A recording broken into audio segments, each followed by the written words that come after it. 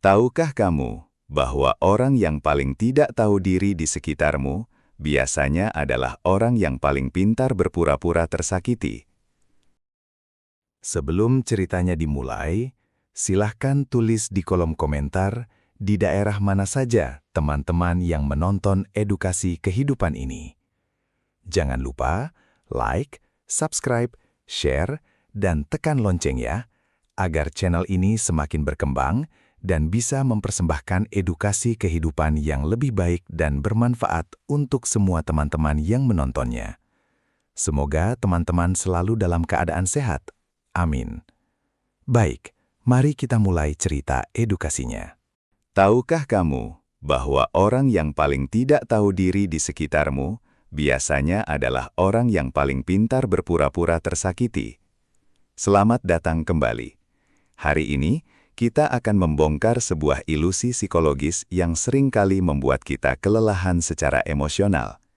Kita sering bertemu dengan sosok yang selalu merasa menjadi pihak yang dizolimi, padahal kenyataannya merekalah yang memicu masalah. Mereka menggunakan air mata dan kisah sedih sebagai perisai untuk menghindari tanggung jawab. Ini bukan kelemahan, melainkan taktik manipulasi tingkat tinggi yang dirancang untuk membuatmu merasa bersalah dan akhirnya menuruti kemauan mereka. Mari kita pelajari cara membongkar taktik manipulasi ini agar kita tidak lagi menjadi tawanan dari drama mereka. Fenomena bermain sebagai korban atau playing victim adalah sebuah mekanisme pertahanan ego yang sangat merusak.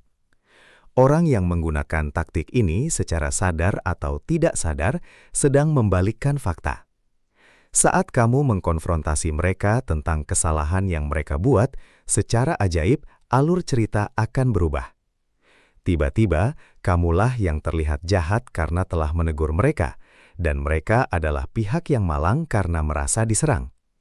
Mereka memanipulasi empati alamimu.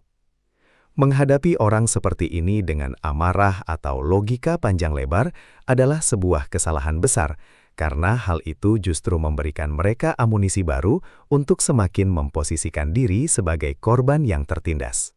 Jika dibiarkan, berinteraksi dengan si paling korban ini akan menguras habis energi mental dan emosionalmu.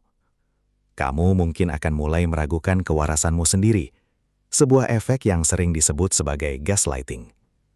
Kamu mulai bertanya-tanya, apakah mungkin memang aku yang terlalu keras? Apakah memang aku yang salah? Inilah jebakan utamanya.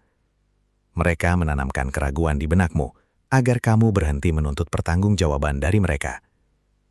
Oleh karena itu, langkah pertama untuk bebas dari siklus beracun ini adalah dengan menyadari bahwa kamu sedang dimanipulasi.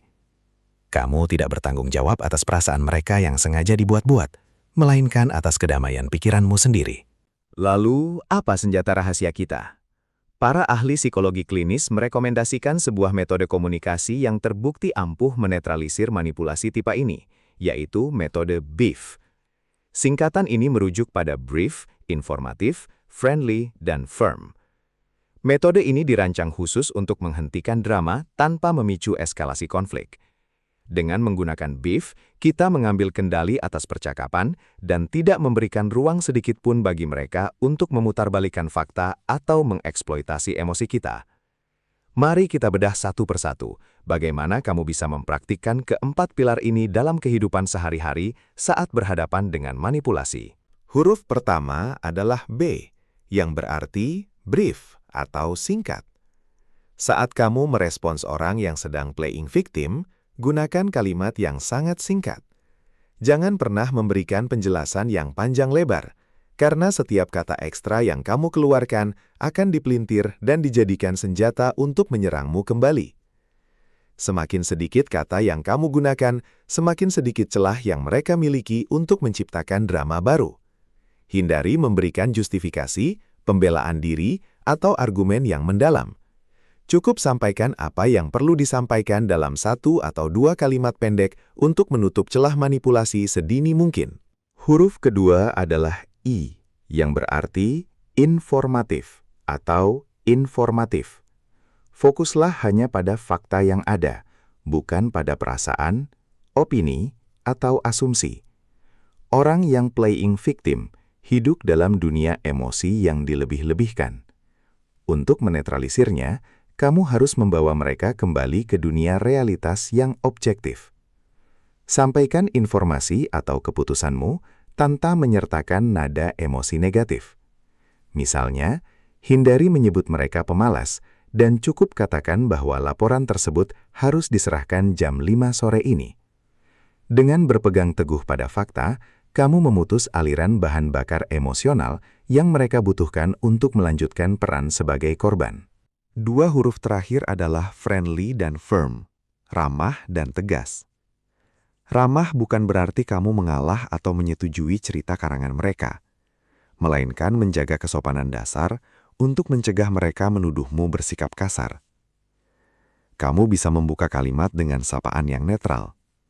Namun, keramahan ini harus segera diikuti dengan firm atau ketegasan. Ketegasan berarti batasanmu tidak bisa dinegosiasikan. Jangan membuka ruang untuk tawar-menawar yang tidak perlu. Ketika kamu menyampaikan keputusan dengan nada yang sopan, namun sangat tegas, mereka akan kebingungan dan kehilangan alasan untuk menyerangmu. Menerapkan metode BFIF mungkin terasa canggung pada awalnya. Namun ini adalah seni melindungi kedamaian mentalmu. Orang yang tidak tahu diri dan bersembunyi di balik topeng korban akan selalu mencari panggung untuk dramanya. Keputusan ada di tanganmu. Apakah kamu mau menjadi penonton dan ikut terseret, atau kamu memilih untuk menutup tirai pertunjukan tersebut? Jangan biarkan masa depan dan ketenanganmu dirusak oleh mereka yang menolak untuk bertanggung jawab atas hidupnya sendiri. Tetaplah melangkah maju dengan pikiran yang jernih, jadilah pribadi yang kuat, dan jangan pernah ragu untuk menetapkan batasan.